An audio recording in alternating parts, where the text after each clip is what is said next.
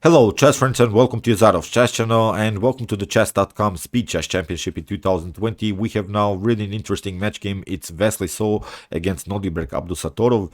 Nodirbek Abdusattorov, really an interesting player. He's only 16 years old, and he's from Uzbekistan, and he became a chess grandmaster at the age of only 13 years old. So I'm looking forward to also watch his career, and I think the cool thing about this tournament is that we had now really this talented players like Firuza, like Nodirbek, and also this experienced player like Magnus, Hikaru, Fabiano, also Wesley, of course. I'm sorry if I'm leaving someone out, but we have really this experience against the youth, and I think for this young fellows, it's very important to see how much they can perform against such great grandmaster like Wesley, because we know Wesley now won the US Chess Championship last week with a great performance, with a Bobby Fischer performance. He got 9 points out of the possible 11.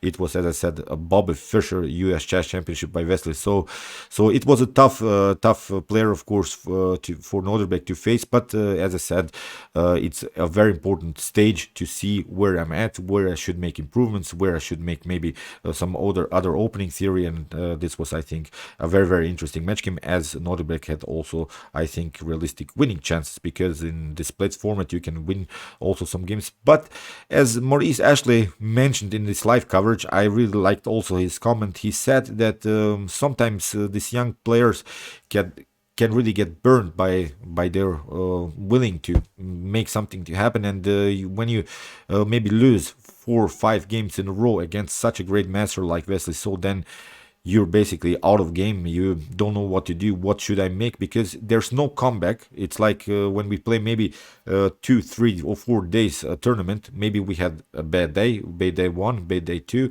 but in the third day maybe we can regroup a little bit and we can study something. We can maybe make some different lines. But here in this Blitz Chess Championship, you cannot do that. If you get crushed, you get maybe burnt in the end, and that's why I think it's really a nice tournament for me to watch. It's a really dynamic one, because we can see really some great tactical battles. And as I said, here Nodirbek really faced top grandmaster like Wesley. So let's check out now what happened. I sorted out a really cool game. I think it was the most attractive game from this match game between and Nodirbek. And in the end of the video, I'm going to reveal, of course, the result of their match game. So let's check out now the game. Wesley played here with the move e4, with white pieces, opened with the move e4, e5 by Nodirbek. We have knight to f3, knight to c6, and bishop to c4, the Italian game. Knight to f6, knight to g5. So far, the 2 knight defense of the Italian, and knight to g5, still common theory, attacking the pawn on f7. This is still common theory, because after d5, we have e takes d5, now knight to a5. The problem is now that you have to make something happen with your bishop. Bishop to b5, still common theory, of course. And now c6, we have d takes c6, b takes c6, and now bishop to d3. Okay, this is now, I would like to call it really like the Levon Aronian variation, because Levon Aronian is really a master in this opening. And I remember really this game between Aronian and Vidit from last year, in which Levon Aronian played here a nice piece sacrifice in this particular line. What's the idea about this line bishop to d3? First of all, we have, of course, a very powerful diagonal. We want to maybe develop our bishop here with b3, bishop to b2, and maybe get our knight to a3, and then afterwards maybe to c4. And we want to castle, and then rook to e1. But it's not so easy, and that's why this is a tricky line, because first of all, what we should notice is that your bishop is really on a natural square. It prevents, of course, your pawn move. This d3 would be a normal idea to play the move d3, then maybe to develop our Darshko bishop on this diagonal. But it's a very tricky line. I've seen it now many times, as I said, played by Levon Aronian. Here, knight to d5, attacking the knight. We have knight to f3, and we have bishop to d6, protecting everything. We have castling, and also castling by Nodirbek. We have rook to e1, attacking the pawn. And in this game, as I said, Aronian Vidit, Levon Aronian, after the move f5 by Vidit, he played also the move knight to e5. So we have now repeat of that game. It's still main theory, because what happens here after queen to f6 is now we get another tempo, and this is the main idea of blacks. Blacks sacrifice so far 2 pieces, but for the initiative, and here I think white has some troubles to develop the minor pieces somewhere in the game. Knight to f3 was played, and we have now g5. How risky this opening can be is, for instance, if you make a mistake. You could maybe make a mistake and stop maybe black's progress with the move h3. I'm just wanting to point you out what happens, for instance, when you play a dubious move in this particular aggressive line. Then you get g4, and basically it's a really bad position after hx g4, maybe after g4, knight to h2. You see you have really some troubles. Queen to h4, king to g1, and now queen takes f2. So this is one particular line. It's really a sharp line, so you have to be careful here from from white's perspective. Here, as I said, knight to e5, queen to f6, knight to f3, and now g5. In the game c4, you have to make some kind of a counterplay, because black has really great activity. You see the bishops are aiming here on the king side. We have 2 advanced pawns. You have some developing problems. That's also here to notice by white. In the game knight to f4, this is still the repeat of Aronian versus Vidit. Knight to f4, bishop to f1, and now comes the move g4. And here comes now really the critical and the tactical moment of this opening. Levon Aronian also mentioned that he prepared this line, and this is basically a main line with a piece sacrifice, which is really incredible. Here d4 was played, and we have g takes f3, queen to f3. You see the bishop, the knight is now twice attacked. We have knight to e6. Again, a repeat.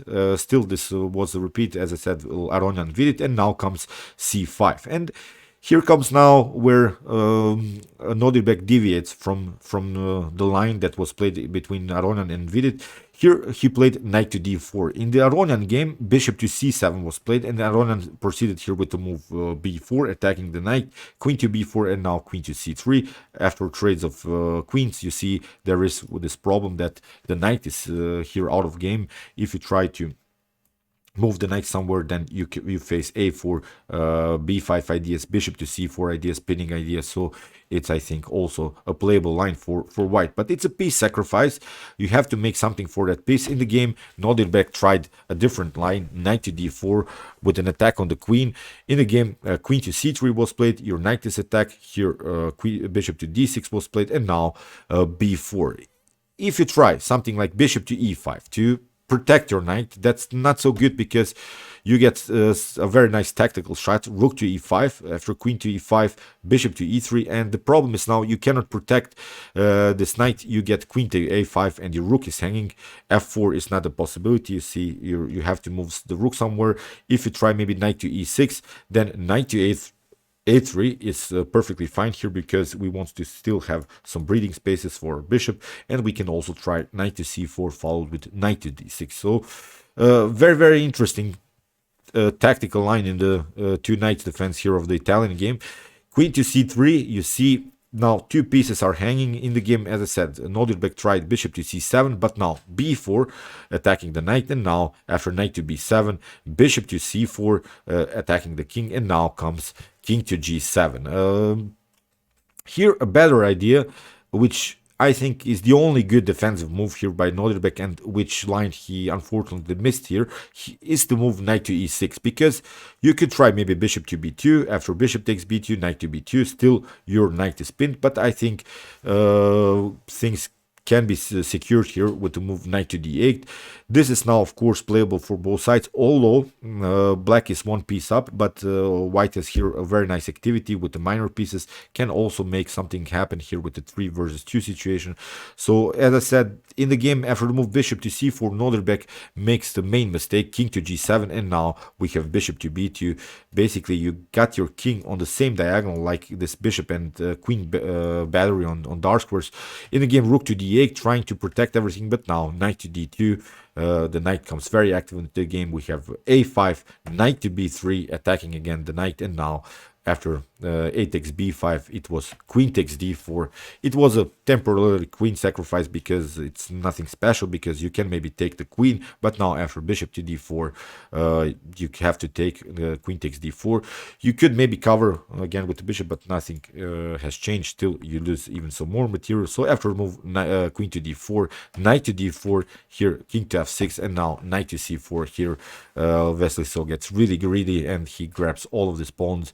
In the game, knight to c5, and after knight takes b4 in this position, Nodirbek resigns. So really a nice tactical line, but it's really not so easy to see the best continues here. Really, after the move g4, the main line is really to sacrifice the knight. Really incredible stuff here. G takes f3, queen to f3, and you see now, although we're piece up, but black has really troubles to somehow improve the position of these minor pieces. It has to, of course, retreat with the knight somewhere. Then we can develop our dark square bishop, get use of the pawn majority here. Really, really interesting line. I think Nodirbek has to maybe study more this line. Levan Aronian also outplayed Vidit in that game with also some great tactics in the end. So it's really a sharp line that you have to be familiar with if you want to play, for instance, the Italian game, this two knights defense. It was a very intense game, and in the end Wesley so won with a clear result, I think, with 18 points against Nodirbek's 10 points. So Wesley so is now moving up to the next round, where we have already Magnus Carlsen, Maxim Vashilagrav, and who won the game against Aliroza Firouzja? I'm sorry, I cannot remember now. I'm a little bit tired. It's already late here in Croatia. Okay, but as I said, this was the tournament so far. Experience against youth. So far, experience wins. Wesley so outplayed the Nodirbek. Also, Maxim Vashilagrav outplayed the young. The young. Against who he played? I cannot remember. Against Nihal Sarin. So these young fellows have really troubles now to make something happen, and we'll see now. I hope, in my opinion, I hope that I really would love to see Wesley So playing against Magnus Carlsen, because it seems to me that Wesley So is really in top shape. He plays really aggressive lines, so we'll see what will happen on the continuation of the tournament. Still, we have to see what Hikaru will make. Hikaru is also an interesting player when we watch this blitz and bullet games, so I think we'll have a dynamic tournament in the continuation. So okay, I hope that you enjoyed this game. I really enjoyed it a lot. If you want to see more games from this tournament, check out my link of this chess.com Speed Chess Championship. Here are some more analyzed games so far. And if you want to see maybe the best chess games of all times, check out my best chess games of all time series. And if you like this content, you can also subscribe to my channel. See you soon with some more videos, and chess is the best, of course.